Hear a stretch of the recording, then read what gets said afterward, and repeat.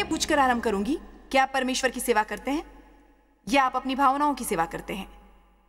लोग मुझे सबसे अधिक ये बताते हैं कि उन्हें कैसे महसूस होता है। आइए कुछ उदाहरण देखते हैं। जब आप पापों के लिए क्षमा मांगते हैं, क्या आप मानते हैं कि आपको क्षमा मिलती है? अगर फिर आप आगे बढ़ते हैं या आप समय बर्बाद करते हैं? दोष और अपराध की भावनाओं से उसके बाद कई दिनों, सप्ताहों और शायद महीनों तक भी दोष एक बहुत बड़ी समस्या है मसीहियों के लिए।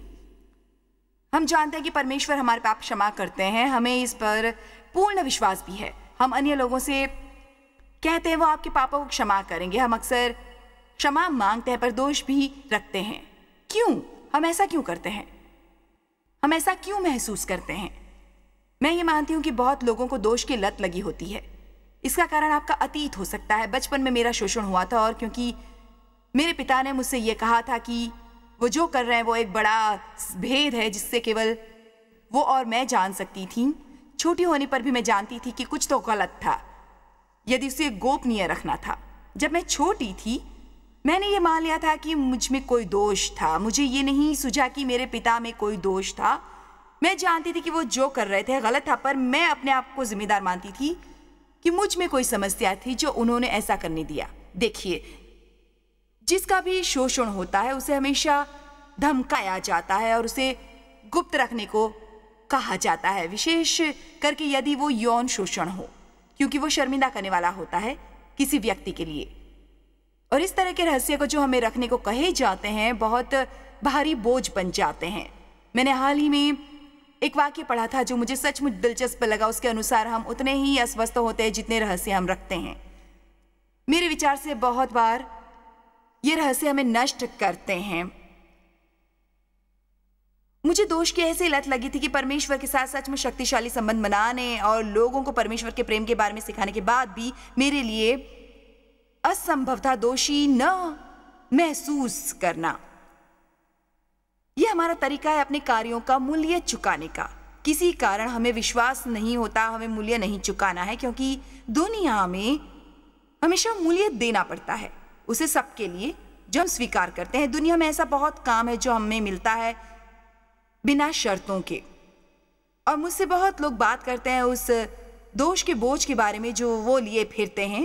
दोष एक बहुत बड़ी समस्या है। दोष की भावनाएं बहुत बड़ी समस्या है, पर मैं चाहती हूं कि आप समझ लें कि वो केवल वही है, अर्थात भावनाएं। यदि आप परमेश्वर के वचन का सत्य जानते हैं तो चाहे जैसा भी महसूस हो आप उसका इकरार कर सकते हैं जो बाइबल में लिखा है, तब बहुत जल्द वो भावनाएं भी गायब होने लगेंगी।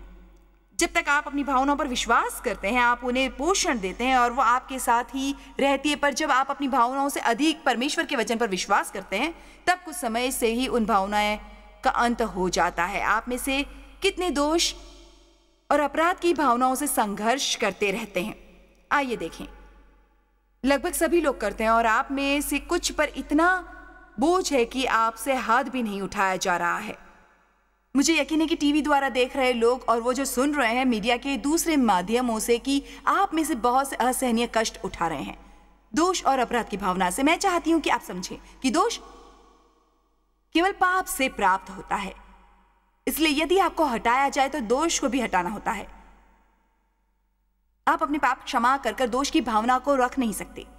तो ये एक झूठ है और ये एक भावना है जिससे शैतान हमें सताता है। और मुझे कई वर्ष लगे, मैं चाहती हूं कि आप मुझे सुने, मुझे बहुत वर्ष लगे उस अवस्था में पहुंचने को जहां मैं वो कह सकती हूं कि अब दोष की भावना मुझ में नहीं है। तब भी जब मैं अन्य सभी की तरह कुछ गलत करती हूँ, मैं पश्चाताप करती हूँ, परमेश्वर से क्षमा याचना करती हूँ, वो क्षमा स्वीकार करती हूँ और फिर आगे बढ़ती हूँ।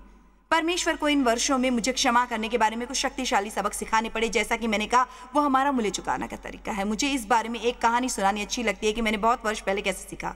मुझसे कोई गलती हुई थी, मुझे याद नहीं, क्योंकि मुझसे गलतियां होती ही रहती हैं और शैतान मुझे उसके बारे में दोषी महसूस करवाता था। मैं पंसारी की दुकान में कुछ वस्तुएं खरीद रही थी। मुझे याद है मैं बहुत बुरा महसूस कर रही थी और मुझ में था ये दोष का बोझ। मैं उस दुकान की तरफ चल रही थी। उस समय मैं बहुत उदासी महसूस कर रही थी। तब प्रभु ने मुझसे पूछा, जॉयस तुम क्या करने वाली हो इस पाप से मुक्त होने के लिए? तुम कैसे उसके साथ निपट कर आगे बढ़ने वाली हो? और दिलचस्प बात यह है कि मैं इसका सही उत्तर जानती थी। मैंने कहा, मैं उस बलिदान को स्वीकार करूंगी जो यीशु ने मेरे लिए क्रूस पर मरकर किया। तब उन्होंने पूछा, तुम्हारा ऐसा कब करने का इरादा है? तब मुझे महसूस हुआ मेरे विचार से शायद इसी वक्त करना ठीक होगा। आपका कब ऐसा करने का इरादा है? उसके बारे में और 2 दिन, 3 दिन या 3 सप्ताह तक बुरा महसूस करने के बाद परमेश्वर ने मुझे दिखाना आरंभ किया कि मैं ऐसी चीज का मूल्य देने की कोशिश कर रही थी जिसका वो पहले ही मूल्य दे चुके थे। और ये रहा शुभ समाचार। उन्हें इसकी आवश्यकता नहीं कि आप अपने कामों को जोड़ें उनके बलिदान के साथ, क्योंकि या तो उन्हें बढ़िया और परिपूर्ण कार्य किया है या उन्होंने कुछ नहीं किया है। इसलिए मैं चाहती हूं कि आप समझ लें, यदि आपने कुछ गलत किया है और आपने परमेश्वर से क्षमा मांगी है, आपने पश्चाताप किया है, यदि उसके बाद आप दोषी महसूस करते हो, तो वो शैतान है जो आपसे झूठ बोल रहा है, आपको सताने के लिए आपकी भावनाओं को इस्तेमाल कर रहा है। आपको परमेश्वर के वचन का इतना ज्ञान होना चाहिए कि आप बदले में उसका उदाहरण दे सकें और कहें, शैतान मुझे इसकी परवाह नहीं कि मुझे कैसे महसूस होता है, मैं जानता हूं सत्य क्या है। मैंने एक छोटी सी किताब लिखी और मैं अक्सर परमेश्वर का वचन ऊंची आवाज में बोलने की गुप्त शक्ति नामक एक सिद्धांत सिखाती हूं। आप ध्यान से लूका 4 में शैतान ने यीशु को कुछ बातें कहीं, पर यीशु ने बदले में शैतान को कुछ बातें कहीं। अच्छा होगा आप शैतान को पलटकर जवाब देने लगेंगे, क्योंकि वो आपसे बातें करता है लगभग हर समय। शैतान यीशु से कुछ कहता रहा, उन्हें प्रलोभन देता रहा। एक बार तो अपने संदर्भ से बाहर परमेश्वर के वचन का उदाहरण दिया यीशु को।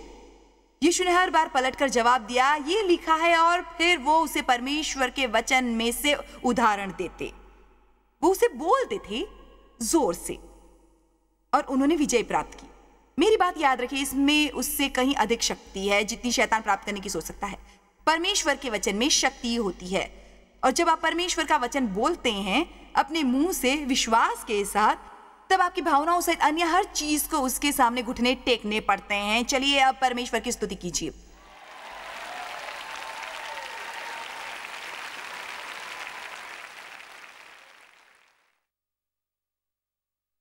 मैं चाहती हूं कि हम 3 वचनों को देखें दोष की समस्या के बारे में, क्योंकि एक भावना है जिसकी वजह से बहुत लोग आगे नहीं बढ़ते हैं परमेश्वर के साथ अपनी चाल में। मैं मानती हूं कि दोष एक पैर चक्की जैसा होता है जिस पर हम चढ़ जाएं तो उतर नहीं सकते। आप कुछ गलत करते हैं, कई दिनों से दोषी महसूस करते हैं, दिनों तक आप उससे थक जाते हैं, अंत में जब आप उससे ऊपर उठते हैं आप कुछ और गलत करते हैं। शायद आपसे कोई गलती होती भी नहीं है। शैतान हमें दोषी महसूस करवाने की कोशिश करता है। झूठा दोष जब हमने कुछ किया नहीं होता गलत, वो आनंद चुराने में माहिर है। यूहन्ना 1:9 एक वचन जो हम जानते हैं, पर क्या उस पर विश्वास करते हैं? क्या हम बाइबल के परमेश्वर की सेवा करते हैं? क्या हम बाइबल के परमेश्वर पर विश्वास करते हैं? क्या हम अपनी भावनाओं की आराधना करते हैं? यूहन्ना 1:9, यदि हम अपने पापों को मान लें और उसका इकरार करें, मैं मानती हूं हमें तब तक इकरार करना चाहिए जब तक सब सामने न आए और बोल न दिया जाए।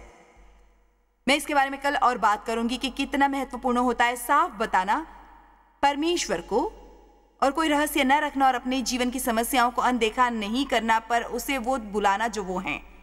वो कोई छोटी भूल नहीं है, वो पाप है। तो वो हमारे पापों को क्षमा करने और हमें लगातार सब अधर्म से शुद्ध करने में अपने स्वभाव और वादों के अनुरूप विश्वसनीय और धर्मी है। वो हमें लगातार स्वच्छ करता है हमारे सभी अधर्मों से। यही वो काम है जो वचन के अनुसार परमेश्वर करने वाले हैं। यदि आप परमेश्वर से क्षमा मांगेंगे तो वो आपको क्षमा करेंगे और वो आपके पाप को इतना दूर करेंगे जितना पूर्व से पश्चिम है, और आइंदा उन्हें याद नहीं करेंगे, बिल्कुल भी नहीं। वो ये बहुत अच्छी खबर है। जब 2000 वर्ष पहले यीशु क्रूस पर मरे, उन्होंने हर उस पाप को क्षमा किया जो कभी किसी मनुष्य द्वारा किया गया था या धरती के किसी मनुष्य और अभी तक न जन्मे लोगों द्वारा किया जाएगा। पाप की समस्या के साथ निपटा जा चुका है। हमें केवल उस पर विश्वास करने की आवश्यकता है।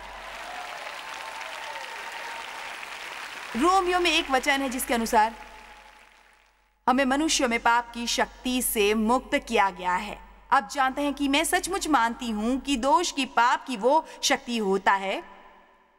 मेरे विचार से यदि आप सचमुच मान सकते हैं कि आपको यीशु के लहू में नहलाया गया है और आप रोज अपना सर उठाकर स्वयं को मसीह में जान सकते हैं, तब आप आत्मिक रूप से तरक्की कर सकते हैं और अंधेरे के साम्राज्य के लिए खतरा बन सकते हैं। आइए यूहन्ना 2:1 देखें। ये मेरे विचार से एक दिलचस्प वचन है। हे मेरे बालकों, मैं ये बातें तुम्हें इसलिए लिखता हूं और वो बातें करते आए हैं, दोष अपराध की भावना और उससे संबंधित बातों के बारे में। यदि हम पाप करेंगे उन्हें खुलकर बताएंगे, परमेश्वर हमें क्षमा करेंगे। हे मेरे बालकों, मैं ये बातें तुम्हें इसलिए लिखता हूं कि तुम पाप न करो। हमें संपूर्ण बाइबल दी गई है ताकि हम पाप न करना सीखेंगे। हम बढ़ना चाहते हैं। अब ध्यान दीजिए, और यदि कोई पाप करे तो पिता के पास हमारा एक सहायक है, अर्थात यीशु मसीह, जो पूर्ण धर्मी, ईमानदार और न्याय संगत है, जो हर उद्देश्य, विचार और कार्य में पिता की इच्छा के अनुकूल है। मैं नहीं जानती कि ये बचकाना महसूस हो, इसलिए कृपया उसे गलत ना समझे। मैं कहने वाली हूँ, मेरे विचार से यदि हम सचमुच ये समझेंगे तब हमें समझना होगा कि ये पाप शायद उतनी बड़ी समस्या नहीं है जितनी हम उसे बनाते हैं। वो शर्तिया एक समस्या होता है यदि आपको उससे निपटना नहीं आता, पर असल में यीशु उससे निपट चुके हैं। इसलिए विश्वास के लिए पाप का ऐसा कुछ होना जरूरी नहीं जो हमें सताता रहे और हमें हमेशा दोषी महसूस करवाए, क्योंकि यीशु ने कहा है, देखो मैं तुम्हें ये सब बातें सिखा रहा हूं ताकि आप पाप न करें, पर यदि करे भी तो मैं उससे निपट चुका हूं। मैं पहले ही उससे निपट चुका हूं। उसका मूल्य दिया जा चुका है। आपको उन बातों के लिए सताए जाने की आवश्यकता नहीं जो आपने गलत की और गलत करते आए हैं। अपना सारा जीवन वो जिसे पुत्र ने स्वतंत्र किया है, वो सचमुच स्वतंत्र है। मैं चाहती हूँ आज कोई यहाँ से बोझ के बिना अपने घर जाए। मैं चाहती हूँ टीवी द्वारा देखने वाला कोई ये बात हमेशा के लिए समझ ले, मुझे क्षमा मिल चुकी है। मैं यीशु के लहू से पूर्णतः स्वच्छ हो गया हूँ और उसके लिए दंड की आज्ञा नहीं जो मसीह यीशु में है। हमें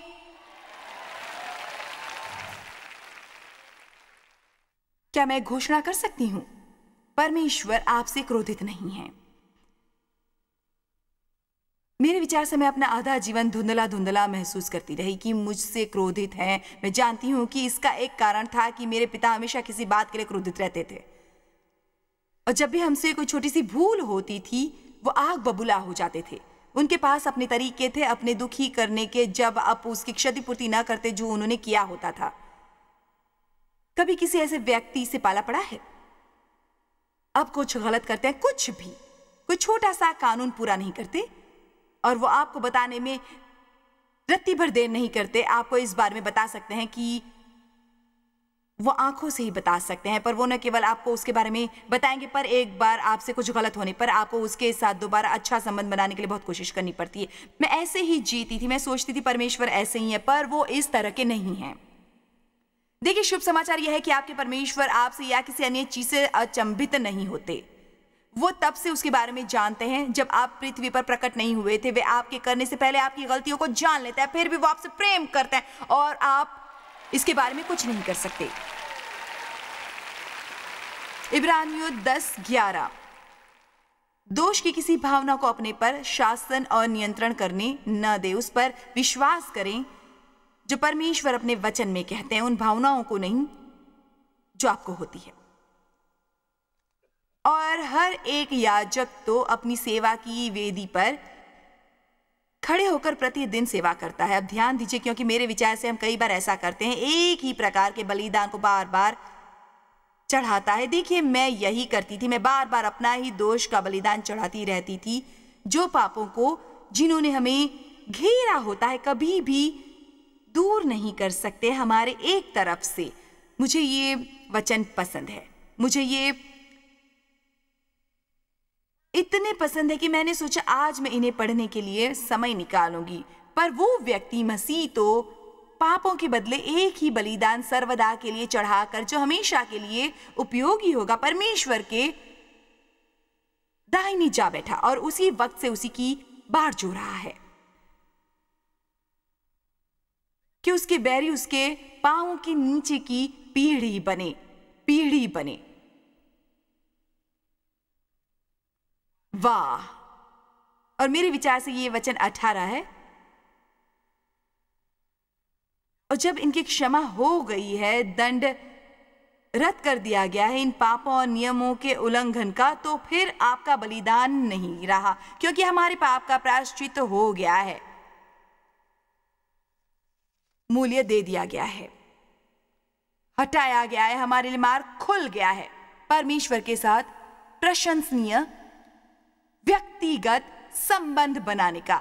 ऐसा कोई चढ़ावा नहीं है, ना दोष का चढ़ावा है, न भले कामों का चढ़ावा है। अपने पापों की भलाई करने के लिए जो स्वीकार्य होगा या जिसकी जरूरत है, आपको केवल ये करना है कि पश्चाताप करना है और तैयार रहना है सीखने को और परमेश्वर के साथ आगे बढ़ने को। और उनकी थोड़ी सी स्तुति कीजिए। चलिए, प्रशंसनीय प्रशंसनीय प्रशंसनीय। कुछ लोगों को महसूस नहीं होता महसूस सब लोग कहिए। आप सहमत है ना कि ये सब भावनाएं हमें बहुत कष्ट देती हैं? कितने समझते हैं कि दोष केवल एक भावना है? मेरा मतलब वो एक सच्चाई नहीं है, वो कोई असली चीज नहीं है, वो केवल एक भावना है, क्योंकि परमेश्वर पूरी तरह समस्या से निपट चुके हैं। इसलिए अगली बार आप पश्चाताप करें और उसके बाद दोषी महसूस करें तो आपको अपना मुंह खोलना है और कहना है, नहीं नहीं नहीं नहीं, मुझे दोषी महसूस करवाने की आवश्यकता नहीं है। अपने से बात कीजिए और जोर से बोलिए, इससे आपके मन का नवीनीकरण होगा। कहिए शैतान से, नहीं नहीं नहीं, मुझे दोषी महसूस कराने की आवश्यकता नहीं है। मुझे क्षमा मिली है क्योंकि परमेश्वर वफादार है और वो हमेशा वो करते हैं जो वो करने का वादा करते हैं। मेरे विचार से कई बार अच्छा होता है इसमें थोड़ा बल देना। कुछ लोगों को महसूस नहीं होता कि परमेश्वर को उनसे प्रेम है। ये बहुत दुख की बात है, क्योंकि मुझे विश्वास है कि ये विश्वास करना कि परमेश्वर आपसे प्रेम करते हैं हर प्रकार की चंगाई आरंभ करता है आपके जीवन में। मैं नहीं सोचती कि किसी प्रकार की चंगाई, विशेषकर से यदि वो जीव से संबंधित हो, विशेष रूप से घायल शोक व्यक्ति के लिए, मैं नहीं मानती कि कोई चंगाई आरंभ हो सकती है जब तक आप सचमुच विश्वास नहीं करते कि परमेश्वर आपसे प्रेम करते हैं और उनका प्रेम बिना शर्तों का होता है। आखिरकार क्या दुनिया का हर व्यक्ति असल में नहीं चाहता? क्या असल में हर व्यक्ति की यही दिली इच्छा नहीं होती? क्या असल में सब लोग वही नहीं चाहते? वो प्रेम के लिए जाना चाहते हैं बिना शर्तों के, और वैसे स्वीकार किए जाना चाहते हैं जो वो हैं और जैसे हैं। वो नहीं चाहते उन्हें ढोंग करना पड़े, दिखावा करना पड़े। वो केवल स्वीकार किए जाना और प्रेम चाहते हैं। और परमेश्वर हम में से हर एक को वो देते हैं। वो मनुष्यों में पक्षपात कभी भी नहीं करते। वो किसी से प्रेम और किसी से नफरत नहीं करते। हम वो प्रेम कमा नहीं सकते, हम उस प्रेम के योग्य नहीं होते। ऐसा कुछ नहीं है जो करके हम उसका प्रेम गवा सकते हैं, पर आप उसका लाभ नहीं उठा सकते यदि आप विश्वास करने से इकरार न करते हैं। मैं आपको प्रोत्साहित करती हूँ कि आप हर दिन अपने को आईने में देखें। यदि आप ऐसी अवस्था में नहीं है जहाँ आप सचमुच जानते हैं कि परमेश्वर आपसे प्रेम करते हैं, जाकर अपने को आईने में देखकर कहिए, मैं तुमसे बात कर रही हूं, तुम उन्हें प्रिय हो। अब शायद ऐसी बातें भी कहना चाहे, मेरी भावनाएं महत्वपूर्ण नहीं है, मैं जानता हूं कि मैं जानता हूं। क्या मैं आपको बता सकती हूं कि जानना महसूस करने से अच्छा होता है? मैंने कहा जानना महसूस करने से बेहतर है। शैतान हमें व्यर्थ के काम में लगा देता है जब हम किसी पर विश्वास करने के लिए महसूस करने की प्रतीक्षा करते हैं। पर एक बार ज्ञान प्राप्त होता है और हम ये जानने की कोशिश करते हैं कि हम सब कुछ जानते हैं। मैं अब इसके बारे में सोचती भी नहीं कि क्या मैं प्रचार करते वक्त अभिषेकित महसूस करती हूं। क्या आज आराधना के वक्त मैंने परमेश्वर की उपस्थिति महसूस की है? मैं अब इन बातों में नहीं पड़ती और इनके बारे में सोचती भी नहीं हूं। मैं सचमुच मानती हूं कि मैं ये सारी बातें बाहरी जीवन से संबंधित है। अब परमेश्वर के साथ जितनी गहराई में जाते हैं, ज्ञान इस भावना का स्थान ले लेता है। कोई हैरत नहीं कि अपने दुखों में भी अय्यूब ने कहा, मैं जानता हूं मेरा निस्तार करने वाला जीवित है। आप जितना अधिक परमेश्वर के वचन का अध्ययन करते, वो उतना अधिक आपके लिए ज्ञान बनता है। जब आप नियमित रूप से परमेश्वर को समय देकर उसका सम्मान करते हैं, तो वो उसे लेकर जो आपके दिमाग में है उसे नीचे आपके दिल में उतारते हैं। यदि आपको इस पक्ष में समस्या है तो उसे सहन करके ये इच्छा मत कीजिए कि काश आपको बेहतर महसूस होगा। आपको इच्छा करने से कुछ प्राप्त नहीं होगा। आपको इच्छाओं की नहीं, दृढ़ निश्चय की जरूरत है। आपको कहना चाहिए, यदि कोई भी वो पा सकता है तो मैं उसे पाऊंगा। यदि कोई भी स्वतंत्र हो सकता है तो मैं स्वतंत्र होऊंगा। यदि कोई भी प्रसन्न हो सकता है तो मैं प्रसन्न होऊंगा। यदि कोई भी शांति पा सकता है तो वो मैं पाऊंगा। यदि कोई भी परमेश्वर द्वारा इस्तेमाल हो सकता है तो मैं होऊंगा। यदि कोई अपनी दुखी अतीत से ऊपर उठ सकता है तो मैं होऊंगा। आपको समझौता करके ये नहीं कहना, देखिए ये मेरा जीवन बहुत घटिया रहा है और मैं दोषी और ये महसूस करता हूं कि मेरा कोई भविष्य नहीं है और लगता है मेरा कोई उद्देश्य नहीं है। मेरा कोई उद्देश्य नहीं है। अब मैं जीकर क्या करूंगा? मैं ये नहीं कर सकता, मैं वो नहीं कर सकता, अब मैं क्या करूंगा? मेरे जीवन में कोई बात नहीं है, मैं कुछ नहीं कर सकता। देखिए ये विचित्र लगता है जब मैं ऐसा कहती हूं, पर क्या हम ऐसा नहीं करते? अक्सर हम झूठी भावनाओं पर विश्वास करते हैं। भावनाओं से मैं युद्ध करने वाली हूं। अगले 12 महीनों तक मैं उनके पीछे पड़ी रहूंगी। अब जब तक वो सुनते रहेंगे, जब तक आप अपनी भावनाओं की ओर बिल्कुल ध्यान नहीं देंगे, विशेष रूप से नकारात्मक भावनाओं को जो वो चुरा रही हैं, जो यीशु आपको दिलवाने के लिए मरे।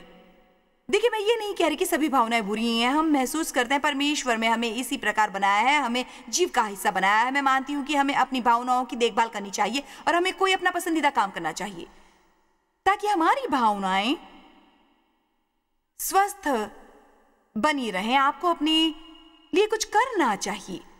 मैंने सीखा है कि मैं बहुत मेहनत करती हूँ और बहुत मेहनत करने पर मैं भावनात्मक रूप से सूख जाती हूँ। काम हो जाने के बाद मुझे अपनी भावनाओं को पोषण देना पड़ता है, चाहे वो बुदबुदाने वाली बातें हो, नहाना, पेडिक्योर करवाना, गोल्फ खेलना या जो भी हो। हमें समय निकाल कर वो करना चाहिए जिससे हमारी भावनाओं को मदद मिले। इसलिए जब मैं कहती हूँ कि भावनाओं के द्वारा मत जियो, मैं ये नहीं कहती कि उनसे इनकार करो, बल्कि मैं ये कह रही हूं कि हमें उन नकारात्मक भावनाओं को जिनके द्वारा शैतान हम पर नियंत्रण करने की कोशिश करता है, अपने जीवनों में नहीं लानी चाहिए। हमें उन पर नियंत्रण करना है और उन्हें अपने पर नियंत्रण करने नहीं देना है। आमीन। मुझे बहुत वर्षों तक परमेश्वर के प्रेम का अध्ययन करना पड़ा, तब जाकर वो मेरे दिमाग से दिल में उतरी। मैंने लाखों बार गाड़ी में कहा होगा, परमेश्वर को मुझसे प्रेम है, परमेश्वर को मुझसे प्रेम है, परमेश्वर को मुझसे प्रेम है, परमेश्वर को मुझसे प्रेम है, परमेश्वर को मुझसे प्रेम है। शायद आपको कभी बिना शर्तों के प्रेम नहीं मिला और आपके लिए कठिन है उसे परमेश्वर से मुफ्त भेंट के रूप में स्वीकार करना।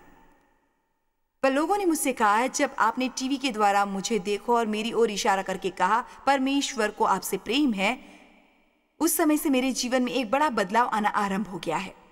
मेरे विचार से यह दयनीय है कि बहुत से लोगों ने कभी उन शब्दों को सचमुच ईमानदारी और सच्चाई से नहीं सुना है, और यदि आपने कभी उन्हें नहीं सुना, यदि उन पर कभी विश्वास नहीं किया, तब एक आखिरी बार आज रात आगे बढ़ने से पहले मैं घोषणा करूंगी कि परमेश्वर को आपसे प्रेम है। केवल दूसरों सभी लोगों से ही नहीं, उन्हें आपसे भी प्रेम है।